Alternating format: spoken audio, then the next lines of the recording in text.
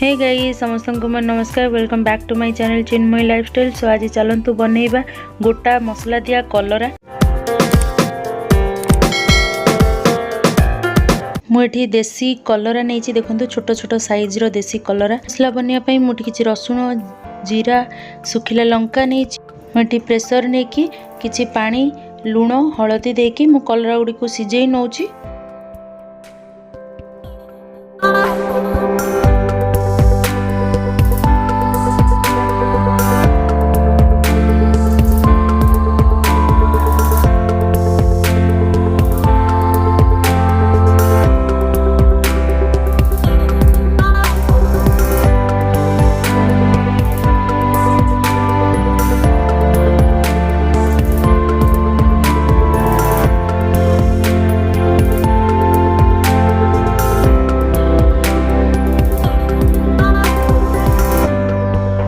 मुझे बाउल लेकिन देखो कलरा गुड़िक सिझी जाइए ठंडा करने छाड़ीदे।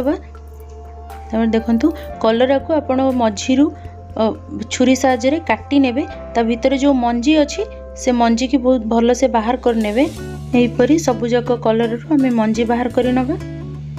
देखो तापर एबे आम पैन बसैकी किछि तेल आपन एठी को भी तेल नहीं पारिबे। मुझे सोरिष तेल नहीं तापर आम छोट छोट साइज रो पियाज काटी नबा। किछि फुटण किछि पियाज देकी ताको टिके फ्राई कर नबा। तापरे आमे जो पेस्ट बने की रखी थिले सोरिष बटा पेस्ट से पेस्ट को आमे ता धरे दे दबा। पेस्ट को दे साला परे लो मीडियम फ्लेम रे आपण किछि समय ताको फ्राई कर नेबे। बेसी भाजीबेनी काहे ना सेटा पिता हे जिवो। सोरिषटा बेसी समय कले पिता लागे। तो तापरे देखो मुझे किछि टमाटो पकेई नौछि। किछि हळदी गुंड किछि लंका गुंड किछि जीरा पाउडर देखो भल से गोलई नियंतु। किछि लुण देकी ताको भल से गोलई नबा। देखो मसला भी मोर रेडी हो जाइछि।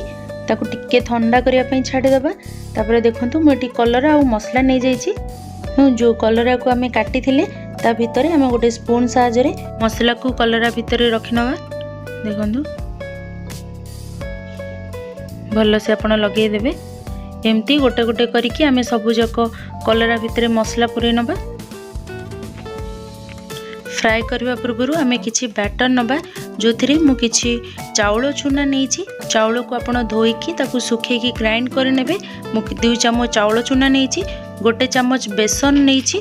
तापरे मु एठी किछि नाली लंका गुंड किछि हळदी गुंड किछि लुण टिके जीरा मसला देकी ताकू पानी टिके देकी आपण टिके थिक बैटर बनै नेबे। देखो बैटर रो कंसिस्टेंसी एतिकी रहइबो। तापरे हमें डान नेकी मोटी सोरिष तेल किछि नैछि। जो बैटर आपण बनै थिले सेतरे कलर को आपण हल्का कोट देकी मीडियम हाई फ्लेम रे आपण ताको पकै नेबे। मीडियम फ्लेम रे रखिबे काहे ना कलरा गुडी को पोड़ी जिवो। देखो तापरे आपण हल्का से ताको उल्टै नेबे। देखो मोर एठी गोटा मसला दिया कलरा भजा रेडी हो जाइछि। तो आपण माने घरे निश्चिंत ट्राई करंतु। केमती लागिला मते कमेंट्स करके जणेबे। जदि आपण माने मो चैनल को सब्सक्राइब करना तो प्लीज सब्सक्राइब करि नियंतु। रहिली नमस्कार।